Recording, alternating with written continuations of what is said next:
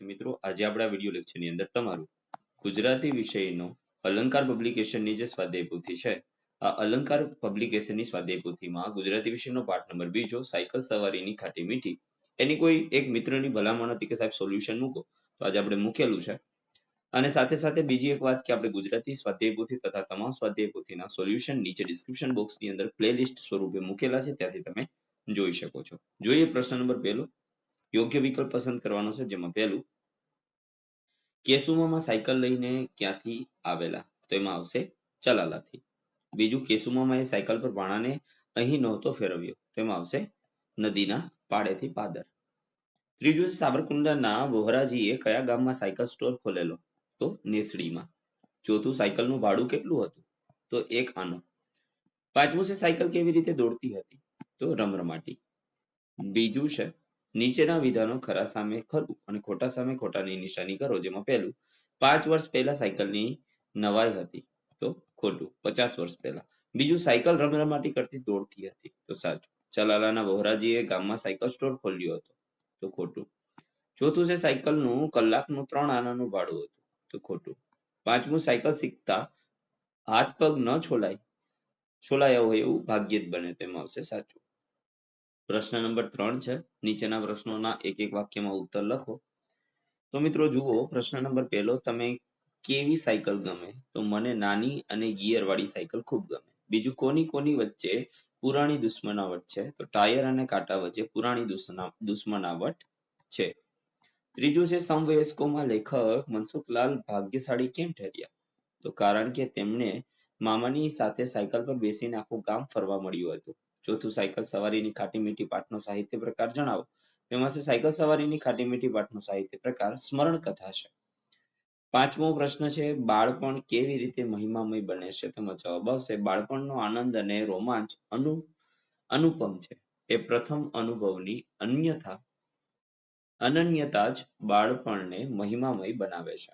પ્રશ્ન નંબર 4 છે મિત્રો. નીચેના પ્રશ્નોના 2-3 વાક્યમાં ઉત્તર લખવાના છે, જેમાં પહેલું, તમે સાયકલ ચલાવતા કેવી રીતે શીખ્યા? તો હું સાયકલ ચલાવતા મારા પપ્પાની મદદથી શીખેલો. વેકેશનમાં મારા માટે નવી નાની સાયકલ લીધી હતી. દરરોજ સાંજે પપ્પા સાથે ક્રિકેટના મેદાનમાં સાયકલ શીખવા માટે જતો. પપ્પા સાયકલ પકડી પાછળ દોડતા.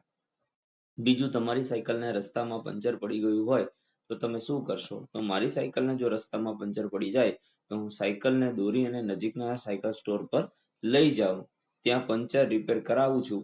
ક્યારેક મારી પાસે પૈસા ન હોય તો ઘર સુધી સાયકલ દોરીને આવું છું. ત્રીજું, તમારી સાયકલને બ્રેક ન લાગે ત્યારે સાયકલની ગતિને અટકાવવા માટે તમે શું કરશો? તો મારી સાયકલને બ્રેક ન લાગે ત્યારે પગ ઢસડી સાયકલની ગતિને અટકાવવા પ્રયાસ કરું છું. સાયકલ તો પણ ન રોકાય અને અકસ્માતનો ભય લાગે તો રોડ પરથી સાયકલને નીચે ઉતારી દઉં છું. ચોથું છે, સાયકલ ચલાવતી વખતે શી કાળજી લેશો? તેમાં જવાબ હશે, સાયકલ ચલાવતી વખતે હેન્ડલ કે પેડલ પર નજર ન રાખતા સામે દ્રષ્ટિ રાખું છું. બંને ત્યાં સુધી ડાબી બાજુ ની સાઈડમાં સાયકલ ચલાવું છું. મુખ્ય માર્ગ પર કે ભીડભાડ વાળા રસ્તા ઉપર સાયકલ ધીમી ચલાવું છું. પાંચમું, સાયકલ ચલાવવા માટે ક્યારે વધારે બળ લગાડવું પડે?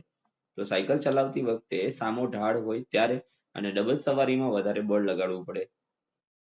ક્યારેક સીટ પરથી ઊભા થઈને પેડલ મારવા પડે. છઠ્ઠું, સાયકલ સરળતાથી ચાલે માટે તમે શું કરશો?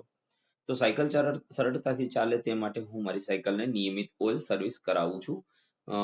ઉબડ-ખાબડ કે ખરાબ રસ્તે સાયકલ ધીમી ચલાવું છું. સાતમું, તમે સાયકલ કોણે લાવી આપી હતી અને ક્યારે? તો હું 7મા ધોરણમાં જ્યારે આવ્યો હતો ત્યારે મારા મામા તરફથી સાયકલની ભેટ મળેલી. આમ તો એ મારી જનોઈ પ્રસંગની મામા તરફથી ભેટની યાદી હતી. આઠમું, મનસુખલાલ સસલા માટે કયો અનુભવ ઉત્સુકતા ભર્યો અને રોમાંચક હતો? તો લેખક માટે બાળપણમાં કેસુમામાની સાથે પ્રથમવાર સાયકલ પર ગામની પ્રદક્ષિણા કરવાનો જે અનુભવ હતો, ઉત્સુકતા ભર્યો અને રોમાંચક હતો. નવમું, લેખક મનસુખલાલ સલ્લાને નાની સાયકલો ગમતી, મીઠાઈ જેવી કેમ લાગતી હતી? તો આવશે, વહરાજીના સાયકલ સ્ટોર ઉપર રહેલી 2 નાની સાયકલ લેખકને ગમતી, મીઠાઈ જેવી લાગતી, કારણ કે સવારથી સાંજ સુધી બંને સાયકલ એક પળ માટે નવરી ન પડતી.